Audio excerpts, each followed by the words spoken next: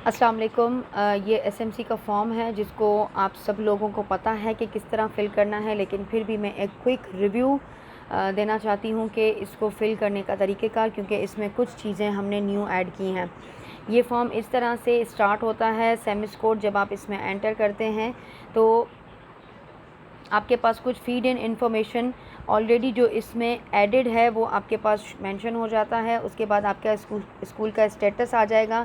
अगर आपका स्कूल जिसके साथ भी यहाँ पर मैच हो रहा है, काइंडली प्लीज़ उसके अकॉर्डिंगली आपने इसमें डेटा को पुट करना है। बॉयज़ की इनरोलमेंट, गर्ल्स की इनरोलमेंट, कैंपस है या नहीं है, वो चीज़ें आएंगी। This is very important section. इसको ध्यान से रखना है आपने। जितना आप इस पे ज़्यादा टाइम लगा के इस पे काम करेंगे, उतने ही बाद में आपको एनसीआर कम आना शुरू होंगी। अकाउंट टाइटल आपका वही होगा जो आपके चेक बुक के ऊपर लिखा हुआ है। बैंक का नाम वही जो जिस बैंक में अकाउंट ओपन है वही वाला यहाँ पर बैंक का नाम आएगा। फिर यहाँ पर हमने यहाँ पर एक चेक रखा है कि वो यहाँ पे आपको IBN ही मांग रहा है। पहले ऐसे नहीं था, पहले अकाउंट या IBN दोनों के ऑप्शन आते थे, लेकिन इस दफ़ा इस चीज़ को अपडेट किया गया है। आपने यहाँ पर हर सूरत में IBN ही लिखना है। This is also new thing कि वो आपको ऑप्शन पूछ रहा है। एक्टिव है तो आप एक्टिव करेंगे। लेट सपोज़ अगर कोई अकाउंट डॉर्मेंट है तो आपने उसको डॉर्मेंट करके यहाँ पे मेंशन करना है ताकि फॉर्म पे हमें पता चल सके। उसके बाद थर्ड पे आपका आता है SMC फ़ंड स्टेटस। आपका लास्ट ईयर कितना SMC फ़ंड आया वो आप अमाउंट लिखेंगे, और आपका वो अमाउंट रिसीव हुआ या नहीं हुआ वो आपने लिखना है। कौन से साल में आपको फ़ंड रिसीव हुआ आपने यहाँ से उसको क्लिक करना है। कितना अमाउंट आपको कॉर्पोरेट या प्राइवेट सेक्टर से रिसीव हुआ वो आपने यहाँ लिखना है।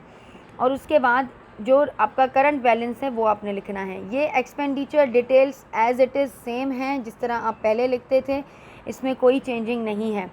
फिर आपका आ जाता है SMC monitoring indicators. This is also new thing, जो कि आप जर्नल बॉडी मीटिंग करते हैं उसके हवाले से है कि जर्नल बॉडी की मीटिंग लास्ट टाइम कब हुई थी, कितने पार्टिसिपेंट्स थे, कितने मेल थे, कितने फीमेल थे, और आपका SMC का जो इलेक्शन हुआ उसकी डेट क्या है, और इलेक्शन का मेथड क्या था।